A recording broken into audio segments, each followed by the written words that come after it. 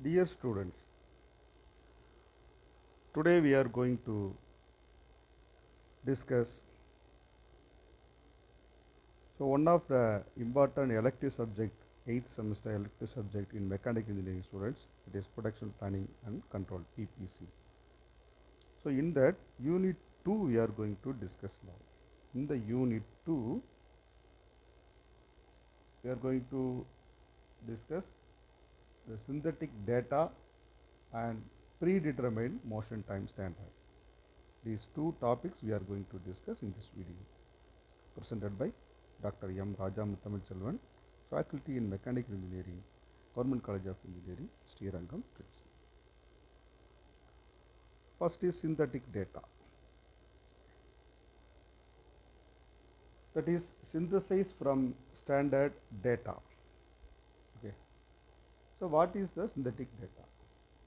It is synthetics is the work measurement technique for building up the time for a job or parts of the job at a defined level of performance obtained previously from the time study.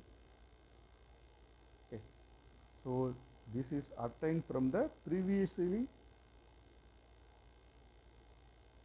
from the time studies. It is obtained from the time study which is carried out previously.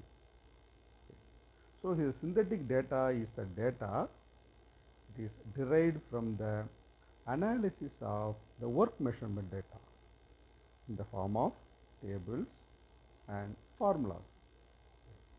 Here the synthetic data are arranged in the form for building up the standard times and machining performance time by synthesis. Okay. So here the synthetic data obtained is coded. The data are obtained from the various work measurement technique. Okay. So and the data, the coded, the data are classified in that they can be used easily. Okay. So usually the synthetic data consists of tabulated data, algebraic expressions, formula, curves and alignment charts. Okay. So the synthetic data, it is immense value in establishing the time standard very quickly and cheaply. Okay. So this synthetic data, this method has substituted the time study in various industrial and commercial field.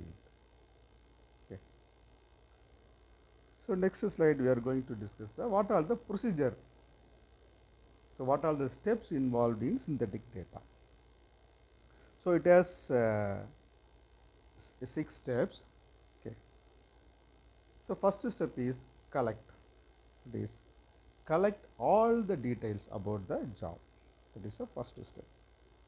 Okay. Second step is analysis. After collecting the detail about the job, analyze the job into the elements.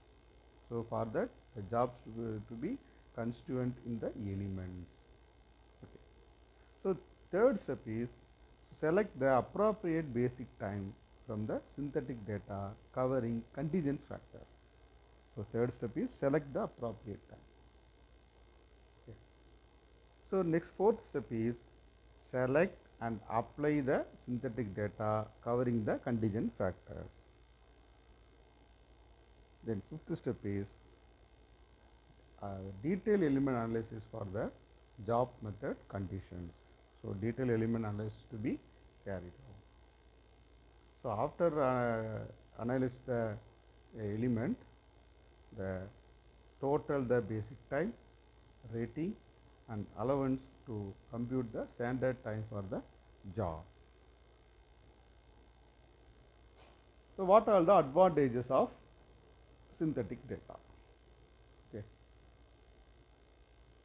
So the time standard can be established very quickly and cheaply and easily by using the synthetic data. You can establish the time very quickly and cheaply. So second advantage is time value are reliable as stopwatch time study, that can be uptime. It is very reliable as the stopwatch time study. Another advantage is compilation of the time standard can be done before the actual work carried out. Okay. So this is a very beneficial one in production planning and control. Okay. So synthetic data provides very useful in estimation and quotation work. Okay. These are the advantages of synthetic data. And limitations, disadvantages. What are the disadvantages?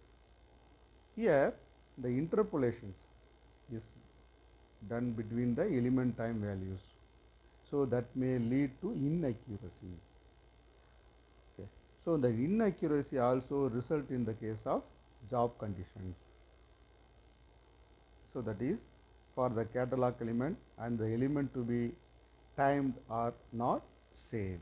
These are the limitations or disadvantages of synthetic data. So next is predetermined motion time standard. In short form, it is called as PMTS, predetermined motion time standard. So the predetermined motion time system consists of a set of time data, that is developed from many observation of a worker's performance. Based on the worker performance has been developed. Okay. So PMTS has some systematic procedure which analyzes and subdivides any operation of human task into motions, body motion or elements of human performance and assign to each the appropriate time value. So the predetermined or the tabulated values of normal times required to perform individual movement, such as moving an arm from one position to the another position. Okay. Then the total times needed to perform the operations is the sum of time needed for basic motions. Okay. So that is predetermined motion time standard. Okay. Next, what are the types of PMTS? Okay. So there are three systems are used in the PMTS, that are all method time analysis, workforce system and method time measurement. The first one is method time analysis. Okay. So this method time analysis, it is the relationship between the time element and the motion. Okay. The motions such as hold, graph, preposition, position, avoidable delay and balance delay. So method time analysis is very important tool for work simplification. It is a very important tool for the work simplification. So next type of PMTS is workforce system, WFS. Okay. So it is the system which determines the workforce time for manual task by the predetermined data. So the detailed analysis of each task is made based on the identification of major variable of the work. Okay. Here the four variables of the work factors are body member, distance, weight or resistance and manual control. So the workforce system WFS is applicable to highly repetitive system. So next type of type PMTS is method time measurement, MTM. So MTM is defined as a procedure which analyzes any manual operation or method into the basic motions required to perform it. So main objective of MTM, that is method time measurement, is establishment of tangible, understandable and acceptable data for scientific measurement of human effort. Next is purpose of PMTS. What are the purpose? What are the uses? So PMTS is very useful in method analysis. It is very much useful in the method analysis. So the PMTS is helps to modify and improve the work method. It will be modify and improve the work method before starting the work on the job.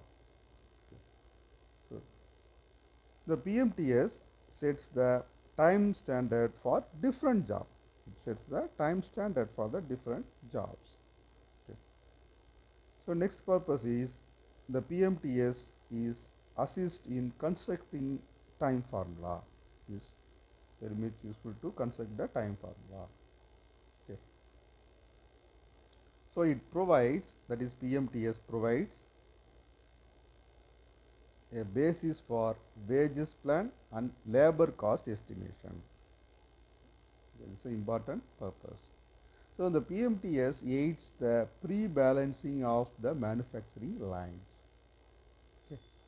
So the PMTS facilitate training of the workers and the supervisors.